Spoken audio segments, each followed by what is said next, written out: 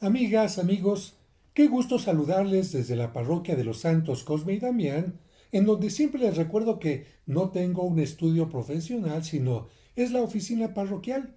Y por esta razón puede entrar durante esta grabación el sonido de una ambulancia que pasa por la calle cercana, quizás el sonido de algún teléfono en la oficina que se encuentra a un lado, o incluso un gatito que de repente se mete por estas partes. Este video es a petición de algunos de ustedes que recuerdan que en las parroquias durante la cuaresma se llevaban a cabo los famosos ejercicios cuaresmales, que no eran otra cosa que una plática que ayudaba a preparar mejor la Pascua. Y no una plática, sino varias pláticas de lunes a viernes, e incluso se dividían para niños, para jóvenes, para adultos o para matrimonios. Las cosas han cambiado y mucha gente ya no tiene tiempo para acudir a la iglesia entre semana, en la tarde y noche, y por esta razón algunos de ustedes me piden, Padre, ¿por qué no nos hace una grabación para que nosotros en la noche cuando llegamos ya a casa o bien antes de dormir podamos seguirla? Y por esta razón vamos a tener a través de esta forma los famosos ejercicios o pláticas cuaresmales que se centraban en qué. Hay que recordar que la cuaresma particularmente era el tiempo de preparación para los que se iban a bautizar. Durante un tiempo los que se iban a bautizar eran adultos, no niños. Se les llamaba catecúmenos y a ellos se les daba especialmente una preparación durante unos 3 años más o menos, y durante la cuaresma, ya cercana a su bautismo, se les hacía una síntesis de todo lo que habían aprendido. De hecho, los domingos de la cuaresma se hace una síntesis de la historia de la salvación, el pecado original, después vendrá el llamado de Abraham, Moisés, alguna otra cosa más, hasta llegar a el tiempo de Jesucristo. Y precisamente durante los ejercicios cuaresmales se trataba de recordar estas etapas para que los que se estaban preparando pudieran gozar más el momento de su bautismo. La primera etapa toca el pecado original. De hecho, en la primera lectura del domingo de Cuaresma y en el Evangelio se habla de las tentaciones. ¿Por qué? Porque Adán y Eva estaban en el paraíso y lamentablemente por la tentación echaron a perder todo. Como tú y yo a veces echamos a perder todo por alguna tentación que lamentablemente nos hace caer en ella, y por falta de prudencia, de sabiduría, de voluntad, echamos todo a perder. Pero lo hermoso de esto es que se nos menciona en la Sagrada Escritura que aun cuando el hombre pierde la oportunidad de estar cerca de Dios, Dios no lo deja a un lado, sino que Dios empieza a preparar todo un camino para darle la salvación. Y precisamente después de esta lectura del libro del Génesis, en el siguiente domingo se nos va a hablar de la historia de Abraham, muy brevemente, porque es una lectura pequeña del domingo. ¿Pero por qué? Porque durante el tiempo de preparación de los catecúmenos se les habló ampliamente de este tema. Disculpen que tengo un poco de comezón en el ojo, pero yo continúo hablando y no nos detenemos. Por lo tanto, en esta primera entrega, vamos a llamarle así, vamos a hablar de la historia de los patriarcas. ¿A qué se le llama historia de los patriarcas? A esta historia de personajes reales que están presentes en la Sagrada Escritura. Abraham, Isaac, Jacob, Abraham, Isaac, Jacob y sus descendientes. Esta es la etapa conocida como la etapa de los patriarcas, porque después vendrá la historia del Éxodo, que ya es otra cosa y es la que tocaremos en la siguiente sesión. Para que te ubiques, para que se ubiquen, este periodo se podría desarrollar a partir del año 2000 antes de Cristo, o sea, hace unos 4000 años, y vamos a hablar precisamente de Abraham, Isaac, Jacob, que después cambiará su nombre por Israel. Y tenemos que decir que Dios necesitaba formar un pueblo para que en él naciera el Mesías. Esto implicaba todo un proceso humano al que Dios se va a adaptar en lenguaje humano, en necesidades humanas, en costumbres humanas y en valores para ir transformando poco a poco Dios a este hombre, a este pueblo que va a ir formando y hacerlos crecer. Aquí simplemente les hago un comentario para que ustedes piensen, a ver, si Dios es el creador de todo el universo y por lo tanto el creador de los planetas, de la Tierra, el creador de los ganados, de los campos, ¿ustedes creen que Dios necesita que le ofrezcamos un cordero, que le ofrezcamos una paloma, que le ofrezcamos sacrificios, que le ofrezcamos flores? Por supuesto que no. Dios no necesita nada de eso. Sin embargo, como los seres humanos estamos acostumbrados a ofrecer ciertas cosas a nuestros seres queridos, Dios dice, está bien, voy a adaptarme a la forma de ser de ustedes, no porque yo lo necesite, sino para entablar una relación que permita a ustedes ir entendiendo las cosas. Abraham será el primer personaje importante histórico del que nos habla la Biblia como el fundador, como el origen del pueblo de Dios. Y fíjense qué interesante, algo que dice Cristo mucho tiempo después, 2000 años después, Abraham ya lo cumple. ¿Qué dijo Cristo?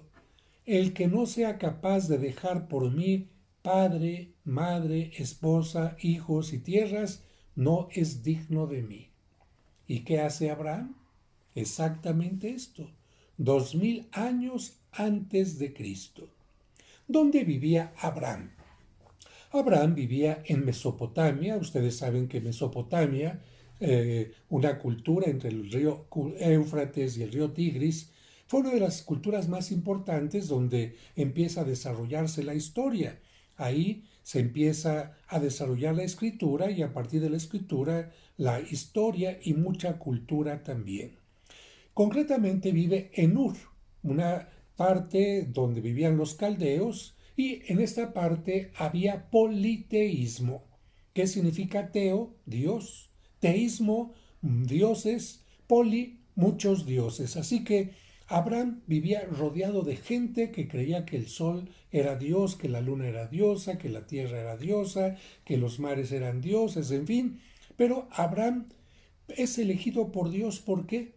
Porque Abraham, dentro de su mente, dentro de su reflexión, empieza a decir, no, el sol es maravilloso, pero no es Dios. Tiene que haber sido creado por un Dios, y la luna por el mismo Dios, y los mares por el mismo Dios. Quiere decir que Dios elige a Abraham porque es monoteísta, porque cree en un solo Dios, y será mucho más fácil que Abraham, que cree en un solo Dios, pueda seguir el camino que Dios le va a mostrar. Para formar un nuevo pueblo, piensa Dios, es necesaria una nueva tierra. ¿Para qué? Para no estar contaminados con los pensamientos de la tierra actual. Si Abraham seguía en medio de los caldeos, era muy difícil que pudiera tener descendencia que creyera en un solo Dios. En cambio, apartándose de esta tierra, sería mucho más fácil que pudieran todos sus hijos descendientes creer en un solo Dios. Por lo tanto, Abraham va a dejar Ur para ir a Canaán, cerca del Mediterráneo, que en la actualidad corresponde a qué parte, padre. Bueno, Canaán en la actualidad es Israel, Palestina, la franja de Gaza y Cisjordania, la zona occidental del Jordán y algunos puntos de Siria y Líbano. A toda esa parte se le llamaba antes Canaán. Y quiero decirte que con Abraham se va a realizar la primera alianza de Dios. Y vamos a entender esto. En Mesopotamia ya se había desarrollado una cultura y por lo tanto una sociedad organizada y sobre todo el comercio. Y en aquel tiempo el ser humano había aprendido a hacer pactos, contratos, que en la Biblia se llaman alianzas, en las que cada una de las partes se compromete a algo. Esto es un pacto, un contrato y una alianza. Y algunos estudios mencionan que algunos lugares, por considerar la sangre algo sagrado, los que querían hacer una alianza se hacían una incisión, un corte. ¿Para qué? Para sellar, para firmar con su propia sangre esa alianza.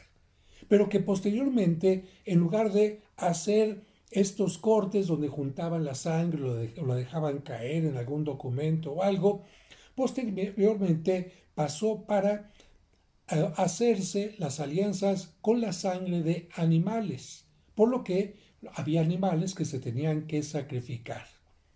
Bueno, ahora tenemos que decir que Dios le hace a Abraham una promesa, le dice, haré de ti una gran nación y te bendeciré. Voy a engrandecer tu nombre y tú serás una bendición. Bendeciré a quienes te bendigan y maldeciré a quienes te maldigan. En ti serán bendecidas todas las razas de la tierra. Así que Dios le hace una promesa y después vendrá una alianza en la que Dios se compromete a darle descendencia y una tierra. Porque ¿cómo va a ser Abraham padre de una gran descendencia si no tiene hijos? Ahora, precisamente para hacer esta alianza, Dios le va a pedir a Abraham animales. Como ya te dije, Dios no necesita este sacrificio de animales, pero como en aquel tiempo se acostumbraba también cortar un animal, poner un animal de un lado, una parte de un lado y otra del otro, y pasaba por el medio uno y después el otro que hacían la alianza, y después quemaban los animales o lo que fuera, Dios se va a adaptar a esto. No es que Dios necesite esto, Dios se va a adaptar a la forma de pensar de aquel tiempo y le va a pedir a Abraham el sacrificio de una ternera, una cabra, un carnero de 3 años, los 3 animales, una paloma y un pichón. La ternera, la cabra y el carnero tenían que estar partidos a la mitad, para lo que ya te comenté. Pero Abraham hace esto, coloca los animales y Dios no se hace presente. En las alianzas humanas estaban los dos que hacían el pacto y pasaba inmediatamente uno y después pasaba el otro, pero Dios no se hace presente. Pasan las primeras horas, no se hace presente, empieza a atardecer, no se hace presente, empieza a anochecer y no se hace presente. ¿Para qué? Para que Dios vea que Abraham está comprometido y que no va a haber nada que lo detenga. Nada de que ya me cansé y ya me voy. No. Abraham tiene que ahuyentar a todas las aves de rapiña que empiezan a bajar para comerse aquellas presas y ahí tiene que espantarlas espantando hasta que llega la noche y con eso Abraham está mostrando que tiene todo su interés en hacer esta alianza con Dios. En ese momento, Dios le advierte pues que sus descendientes serían forasteros en una tierra que no era la suya y que los esclavizarían 400 años, pero que después regresaría a esta tierra. Así que Dios también habla claro. Abraham, no porque te vaya a dar una descendencia todo va a estar bien. Vas a tener descendientes que van a estar un tiempo en esclavitud. Está anticipando lo que va a pasar en Egipto, pero eso lo veremos después. Y llega el momento en que Dios hace la alianza pasando como. No se hace presente en forma humana, sino aparece en forma de fuego, como una antorcha, como lo hará también con Moisés, pero aparece en forma de fuego, la antorcha pasa por en medio y así está, por lo tanto, realizada la alianza. Va a nacer posteriormente un hijo de Abraham, pero no un hijo como quería Abraham. Y les voy a contar por qué. En aquel tiempo Dios permitió, porque se adapta a los seres humanos, a que Abraham tuviera dos mujeres. Sí, una mujer era la esposa oficial, vamos a decir así, y Dios permitía también que aquellos hombres tuvieran relaciones con las esclavas o sirvientas de la mujer. Las mujeres tenían esclavas o sirvientas, como así se les llamaba, y el hombre podía tener relaciones con aquellas mujeres. Porque una cosa tengo que explicar. Imagínate cuando ahora nace un niño y viene, por ejemplo, volteadito y se le enreda el ombligo, o tiene problemas en el nacimiento, o en fin, muchas cosas. ¿Qué pasaba en aquellos tiempos? Que muchas mujeres morían en el parto o que muchos niños morían en el parto.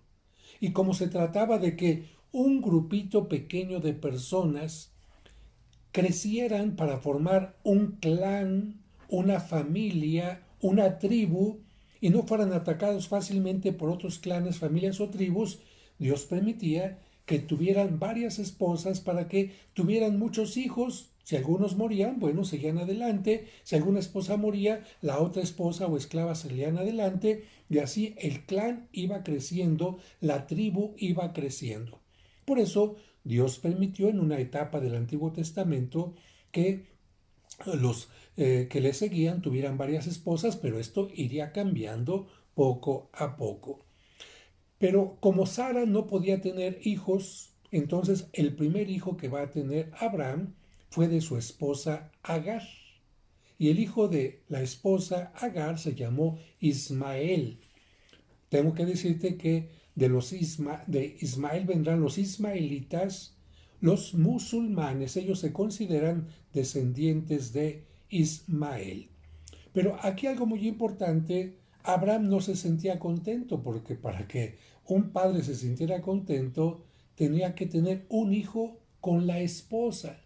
Pero es que ya tenía un hijo con la esclava. No era lo mismo.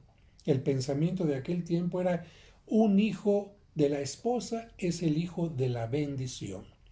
Cuando Abraham tiene 99 años, porque en este tiempo las personas viven muchos años para indicar que mientras más cerca del paraíso de Adán y Eva estaban, vivían más años, y conforme nos fuimos alejando de ese periodo vivimos menos, precisamente por la lejanía de Dios. Abraham tenía en este tiempo 99 años y Dios le va a pedir a Abraham otra alianza. Va a hacerle otra alianza que puedes encontrar en el capítulo 17 y tiene que ver con la circuncisión. ¿Por qué los judíos hasta este tiempo se siguen circuncidando? ¿Por qué Hitler fácilmente reconocía a los judíos cuando quería mandarlos a los campos de concentración? Porque todos los judíos tienen la circuncisión. ¿Qué dice este capítulo 17 del Génesis? Esta es mi alianza que voy a pactar contigo. Tú serás el padre de una gran multitud de naciones. No te llamarás más Abraham, sino Abraham, pues te tengo destinado a ser padre de una multitud de naciones. Te haré fecundo sin medida. De ti saldrán naciones y reyes de generación en generación. Pacto mi alianza contigo y con tu descendencia después de ti. Esta es una alianza eterna. Yo seré tu Dios y después de ti, de tu descendencia. Todo varón de entre ustedes será circuncidado. Ustedes cortarán el prepucio y esta será la señal de la alianza entre yo y ustedes. Todo varón será circuncidado a los 8 días después de su nacimiento. Por eso Jesucristo fue circuncidado a los 8 días de su nacimiento y de hecho cuando se circuncidaba a un niño es cuando se le daba el nombre. La Biblia más adelante también va a dejar de lado la circuncisión y nos va a decir que lo más importante es la circuncisión del corazón, en todo caso, no solamente purificar, limpiar el pene, sino limpiar, purificar el corazón.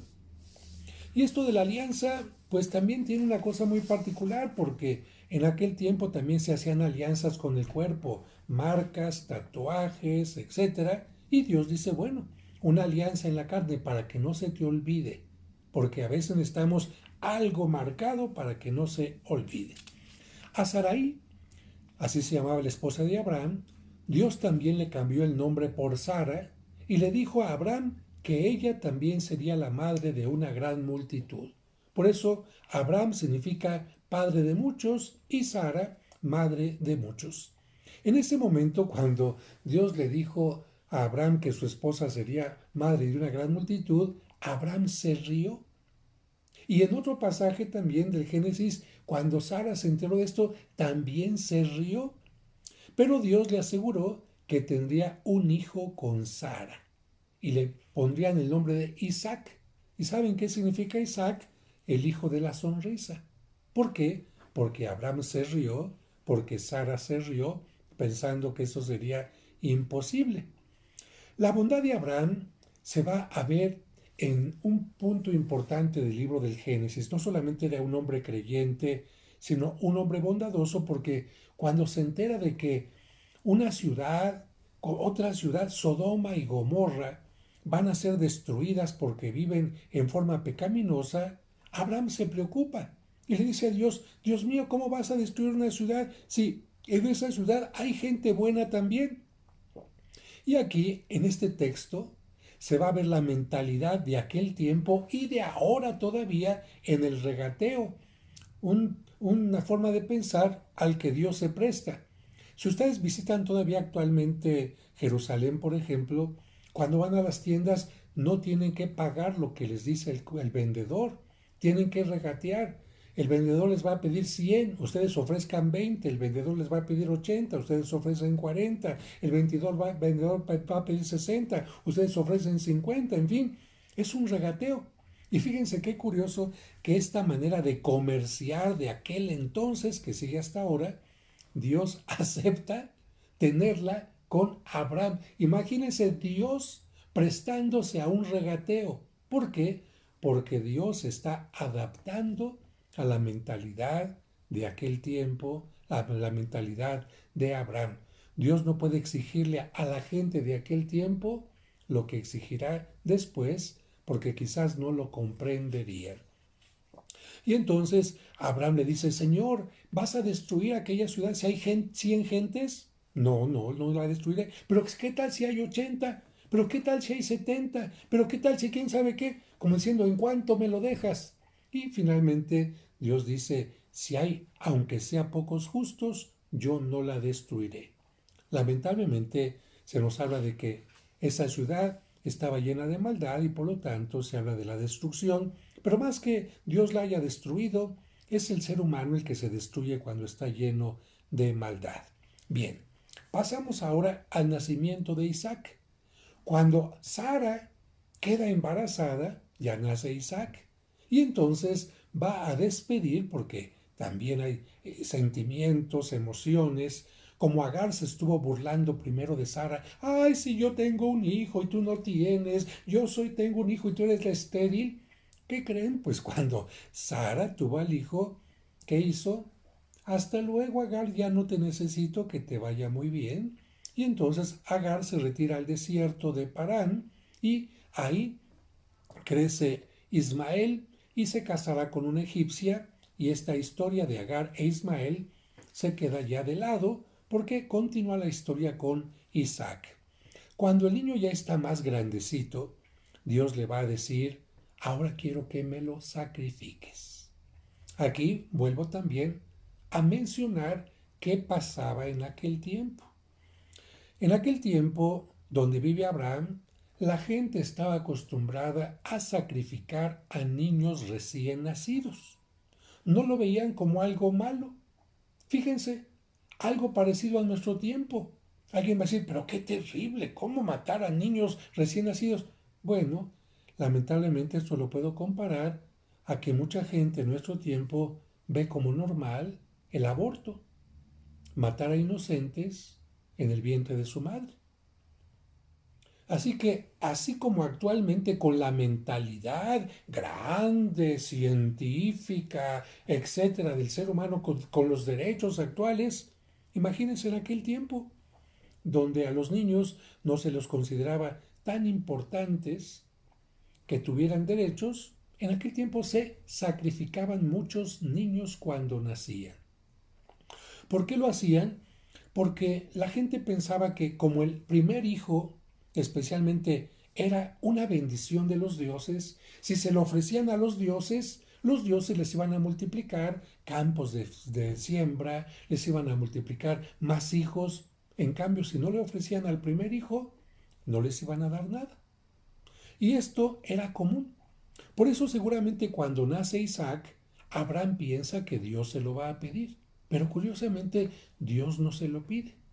¿Y por qué no se lo pide? Miren, yo les aseguro que si una mamá pierde a su hijo recién nacido, por supuesto que le va a doler, por supuesto que va a sufrir, pero no es lo mismo que ese niño nazca y que la mamá lo vea crecer y gatear y caminar y decir las primeras palabras, mamá, papá, y verlo crecer, crecer, crecer, e irse acostumbrando cada vez más al niño.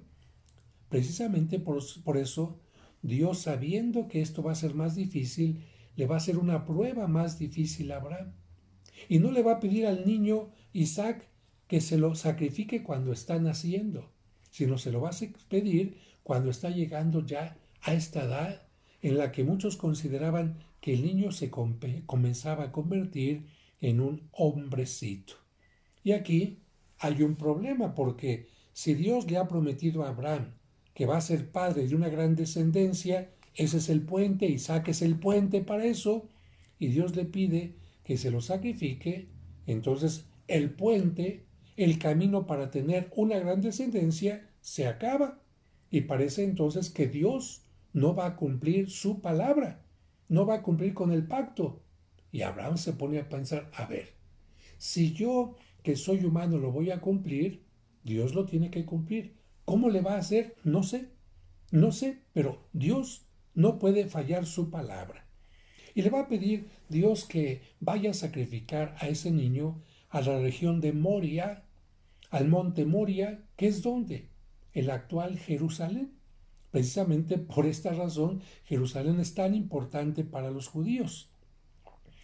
Cuando llega el momento de sacrificar a Isaac, ustedes ya lo saben bien, Dios lo detiene y le dice, no, te estaba haciendo una prueba nada más para ver si eras capaz de dejar todo por Dios, para ver si es más importante Dios que todo lo demás, porque eso es importante. Cuando una persona da más importancia a personas o cosas creadas por Dios, que es el autor de todo, ya no pueden hacerse las cosas como Dios nos lo pide, como Dios lo quiere y como es el mejor camino, porque ¿quién va a conocer el mejor camino para llegar a la eternidad, para conocer lo que es su presencia? Pues Él solamente. Nosotros tenemos una mente que no es capaz de entender muchas cosas. Pero cuando viene este momento del sacrificio, Dios lo detiene y va a aparecer ahí un animal que Abraham va a tomar y va a sacrificar. Este elemento de la Biblia parece ser una señal de parte de Dios como diciendo, ¿sabes qué? Vamos a dejar de lado el sacrificio de los hijos para poner ahora, si es que quieren ustedes ofrecer un sacrificio de animales. A partir de que Dios detiene a Abraham, ya no va a haber en el pueblo de Israel sacrificio de hijos, sino solamente sacrificio de animales en cuanto tal. En este relato del Génesis podemos ver algunos signos proféticos que se refieren a Jesús. Por ejemplo, Abraham entrega lo más valioso que es su hijo único. Y en el Nuevo Testamento, ¿Dios qué va a entregar? A su hijo único. Solamente que en el Antiguo Testamento Dios perdonó al hijo de Abraham, pero nosotros no perdonamos a su hijo Jesucristo. En tiempo de Cristo no lo perdonaron y lo mataron. Por otra parte, ¿dónde iba a sacrificar Abraham a su hijo? En Jerusalén, en el monte de Jerusalén, y donde sacrifican a Cristo en el Calvario, donde está el Calvario, en un monte de Jerusalén. Abraham tuvo después otra esposa que se llamó Keturá, con la que tuvo 5 hijos, pero esa historia queda a un lado porque a Isaac va a ser con quien continúe la bendición. Abraham muere poco después de su esposa Sara y muere cuando tenía 175 años. ¿Qué pasa con Isaac? Isaac se casa con una mujer llamada Rebeca, que también era estéril, pero que Dios la bendijo y pudo tener hijos. Tuvo 2 hijos que fueron mellizos. Y como la bendición siempre continuaba, de acuerdo a este pensamiento, con el primer hijo, el primer hijo que naciera en el parto era el que tendría la bendición. Los hijos se llamaron Esaú y Jacob, y el primero que nació fue Esaú, por lo que el que tenía derecho a la primogenitura, el derecho a la bendición, era precisamente Esaú. Sin embargo, Esaú va a perder la progenitura, ¿por qué? Por confiado y por comelón. ¿Por qué? Porque a Esaú le gustaba la caza y en cambio a Jacob le gustaba la caza, pero el primero con Z, ir de cacería, y al segundo le gustaba quedarse en casa haciendo algunas cosas que tenían que ver con el hogar. Quien estaba más tiempo en la casa era Jacob y por lo tanto Rebeca también le quería más que a Isaac, que a Esaú. Y esto hizo que en una ocasión que llegó Esaú con mucha hambre y que vio que Jacob estaba a punto de comerse un plato de lentejas, le dijo: ay, tengo mucha hambre, te cambio mi progenitura por ese plato. Fíjate nada más, nada sabio. ¿Cómo vas a cambiar algo tan importante por una comida? Y bueno, ahí se ve que Dios a este muchachito no lo iba a querer como alguien para continuar con su bendición. Jacob le dice: está bien, le da el plato de lentejas y cuando llega el momento adecuado, porque Isaac va sintiendo que está a punto de morir, se va quedando un poquito cieguito y tiene que darle la bendición al hijo con quien va a continuar la descendencia, un día que Esaú no está, Rebeca le dice a Jacob: acércate a tu papá y pídele la bendición. Y el papá le dice: a ver, quiero estar seguro que eres tú. Y como Esaú era muy velludo, la mamá y Jacob logran que se le ponga en su brazo unos pelos, unas pieles, y cuando lo toca el papá dice: ah, sí, eres velludo, y le da la bendición a Jacob. Jacob, cuando Saúl se entera de esto, sale huyendo y en el camino de su huida va a tener una visión en donde ve que hay una escalera por la que suben y bajan ángeles. Es decir, Dios se le está manifestando. Y esta escalera por la que suben y bajan ángeles en el arte cristiano representa ¿a quién? A Cristo, porque a través de Cristo se une el cielo con la tierra. Y también a la Virgen María le llaman escalera del cielo, porque gracias a ella Cristo vino al mundo. Jacob tiene primero este sueño y después del sueño Dios le promete darle la tierra en la que está descansando, donde se ha quedado dormido, y le habla de una gran descendencia y le dice que aunque habrá problemas con sus descendientes regresarán a donde él se encuentra, de Egipto a este lugar. Jacob le llama ese nombre Betel y va a llegar a la casa de su tío Labán. ¿Quién es Labán? Hermano de su madre, hermano de Rebeca, y ahí se va a enamorar de Raquel. Pero para casarse tuvo que aceptar algo que le pidió el suegro. Su suegro le dijo: mira, te quieres casar con mi hija, tienes que aceptar trabajar 7 años para mí. Y bueno, acepta el compromiso, pero resulta que cuando va a tener la noche de bodas, el suegro le cambia, fíjense, Labán le cambia a la mujer por la hermana mayor. Yo creo que Labán ha de haber dicho, como dicen los mexicanos: chivo saltado, chivo quedado, digo, no sea que se me vaya a quedar esta hija. Y entonces Jacob tiene la luna de miel con esta mujer, él queda casado con esta mujer y cuando se entera dice: no es posible, si yo la que quiero es a Raquel. Labán le dice: muy bien, te la daré, ¿verdad? Pero te quedas otros 7 años conmigo. Y sí, efectivamente se le entrega la siguiente semana, pero entonces ¿cuántos años tuvo que trabajar Jacob para poderse quedar con Raquel? 14 años.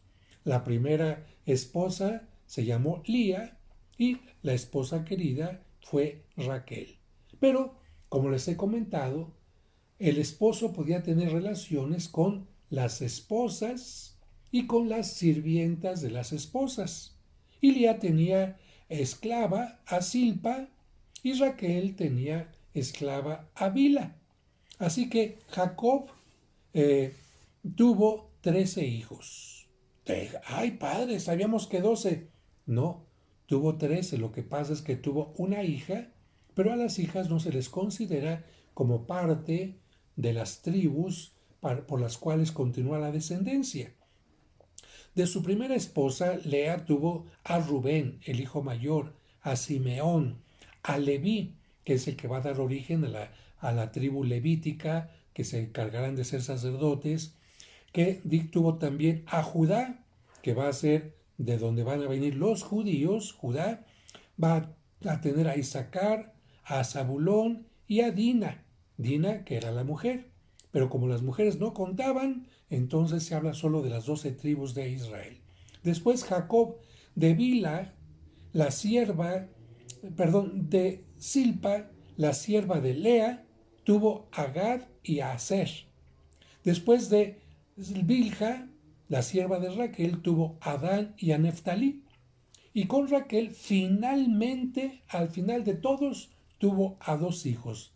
Y precisamente por haber sido los más pequeñitos, los más esperados, los más queridos, fueron los más queridos por Jacob. Y estos pequeñitos fueron José, José el soñador, ese hermano que tenía sueños donde profetizaba muchas cosas, y el más pequeñito, Benjamín. Y cuando nace Benjamín, lamentablemente Raquel muere. Raquel muere, ¿dónde? En Belén. Fíjense qué interesante. Muere en Belén, donde nace el hijo más querido. Pero Jacob se queda por lo menos con José y continuamos con la historia. Sigue caminando en una ocasión Jacob y va a ver a un ángel, a un representante de Dios, y dice, este es de Dios, le voy a pedir que me bendiga. Y lo toma y el ángel dice, no te voy a bendecir. Y Jacob dice, sí me vas a bendecir. Y se la pasan luchando toda la noche porque Jacob dice, yo no lo dejo, es una oportunidad maravillosa. Y finalmente cuando llega el amanecer, el ángel lo bendice, pero lo deja herido de un muslo, por lo que hasta estos días los judíos no pueden comer determinado muslo de determinados animales. Y en ese momento el ángel le dice, te voy a cambiar el nombre. ¿Por qué? Porque en la Biblia cuando se le cambia el nombre a una persona significa que esa persona entra en una mayor relación con Dios. Y ahora le va a dar el nombre de ¿qué? El nombre de Israel, que va a significar en hebreo fuerza de Dios. ¿Cómo se llamaba? Jacob. ¿Cómo se va a llamar ahora? Se va a llamar Israel. Israel. Bien, van a crecer los 12 hijos de Jacob, y de cada hijo que se casa con su propia esposa vendrán hijos, hijos, hijos, y a cada uno de estos hijos con su grupito se le va a llamar su tribu. Así que si Jacob tuvo 12 hijos, 12 hijos que tuvieron descendencia, ¿cuántas tribus tuvo Israel? ¿Cuántas tribus tuvo Jacob? Las 12 tribus de Jacob, las 12 tribus de Israel. Aquí se va a entender también esto. Así como el pueblo de Israel se fundamentó en 12 tribus, Cristo va a querer fundamentar su nuevo pueblo, que es la iglesia, con 12 apóstoles. 12 en el Antiguo Testamento, 12 tribus, 12 apóstoles en el Nuevo Testamento. Y para indicar que Dios quiere que se salven tanto los judíos que crean en Cristo como quienes forman parte de la iglesia, entonces en la Biblia se utiliza la multiplicación de 12 por 12, ¿qué? 12 por 12, 144. Y para que se vea que Dios quiere muchos, muchos, 144,000. Por eso cuando en la Biblia se menciona que Dios va a salvar a 144,000, significa que el corazón de Dios es enorme y que quiere salvar a todos. O bien, en el Apocalipsis también se suma el 12 y el 12, 24, y aparecen signos también de este tipo. Bien, ¿cómo continúa la historia? Y estamos ya a punto de terminar. José, este hermano tan querido por Jacob, va a tener sueños, donde ve que 12 espigas se inclinan ante él o que algunas cosas pasan indicando que sus hermanos se van a inclinar ante él y lo van a reconocer como alguien importante. Como los hermanos dicen, este ya se está pasando, si de por sí es uno de los menores y siente que le vamos a rendir pleitesía, y como el papá también lo apapacha, es un poco consentido, llenos de envidia, dicen vamos a matarlo. Y un día que José va al campo junto con los hermanos, deciden matarlo, pero Rubén dice no podemos matarlo. Tratando de defender al muchacho, dice, miren, ahí viene una caravana con vendedores, traen esclavos, vamos a venderlo como esclavo y así no manchamos nuestras manos de sangre. Lo que hacen entonces, lo venden, le quitan la vestimenta que tiene, la llenan de sangre y van con Jacob a decirle, ¿qué crees? Que un animal salvaje se comió a tu hijo. Jacob se pone muy triste y dice, si Dios me quitó a este hijo, yo espero que no me quite al otro más querido que es Benjamín. Y como Dios escribe recto digamos, en renglones chuecos, están sonando las campanas del reloj, indicando que ya es tardecito, pero yo sigo con ustedes aquí en esta grabación. Bueno, ya son las 10 de la noche, pero yo continúo con mucho gusto para ustedes. Entonces, Dios se aprovecha de esta sinvergüenzada para hacer algo. José llega a Egipto como esclavo, lo compra como esclavo un hombre llamado Potifar y lo lleva a su casa donde está como mayordomo, pero la esposa de Potifar, al verlo guapo, trata de que tener relaciones con él. José no acepta, no quiere ser infiel a su patrón, pero la mujer, en este caso una mujer tremenda, lo acusa a él de haberla querido violentar. Entonces Potifar lo manda a la cárcel y ahí en la cárcel pues va a pudrirse de acuerdo al pensamiento de Potifar, pero las cosas van a cambiar. ¿Por qué? Porque el faraón de aquel tiempo tenía sueños que no lo dejaban dormir. Soñaba vacas flacas que aparecían y se comían a vacas gordas. Soñaba espigas flacas que aparecían y acababan con espigas gordas. Y estaba muy preocupado porque nadie le podía decir qué significaba aquel sueño. Y dos personas que habían estado en la cárcel, a las que José les adivinó sus sueños, fueron con el faraón. Bueno, una de ellas porque a una le adivinó que lo iban a matar y lo mataron, pero a otro le adivinó que el faraón lo iba a perdonar y cuando el faraón perdonó a esta persona y se salvó, fue con el faraón y le contó, oiga, usted está buscando a alguien que le adivine su sueño, en la cárcel hay una persona así, así y así. El faraón manda a traer a José y José le dice, lo que tienes que entender es que vendrán 7 años de grandes cosechas, las vacas gordas, las espigas gordas, pero después van a venir 7 años de vacas flacas, de espigas flacas, y por lo tanto hay que tener mucho cuidado. Y esto se entiende porque el río Nilo, que es el que permite la agricultura en aquel lugar, pues tiene tiempos en que se desborda y hay épocas en las que no. Y como Egipto es puro desierto y solamente donde se desborda el río hay esta cuestión de agricultura, pues entonces se entiende que hay etapas y etapas.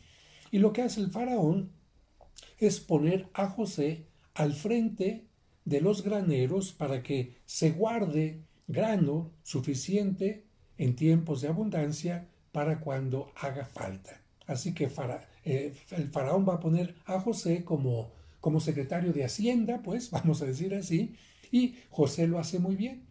Mientras tanto, nos vamos a donde estaba Jacob y los otros hijos.